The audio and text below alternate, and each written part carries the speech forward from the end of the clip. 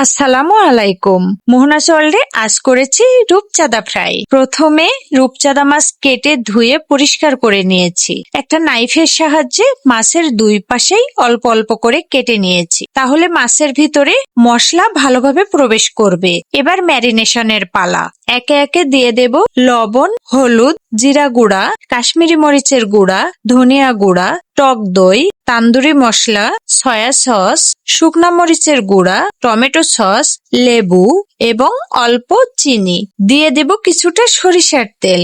সব মশলা ভালোভাবে মেখে নিয়ে 30 মিনিট রেস্টে রেখে দিব। আমি কিন্তু ফ্রাইটা এয়ার ফ্রায়ারে করে নিব। আপনারা চাইলে চুলায় অল্প তেলে অল্প আঁচে ধীরে ধীরে ফ্রাই করে নিতে পারবেন। 30 মিনিট ম্যারিনেশনের পর এয়ার ফ্রায়ারে ফ্রাই করে নিলেই রেডি হয়ে যাবে মজাদার রূপচাঁদা ফ্রাই। আরো মজার মজার রেসিপি পেতে মোহনা চলটির সাথেই থাকুন। আর হ্যাঁ, লাইক, কমেন্ট ও শেয়ার করতে ভুলবেন না কিন্তু। ধন্যবাদ।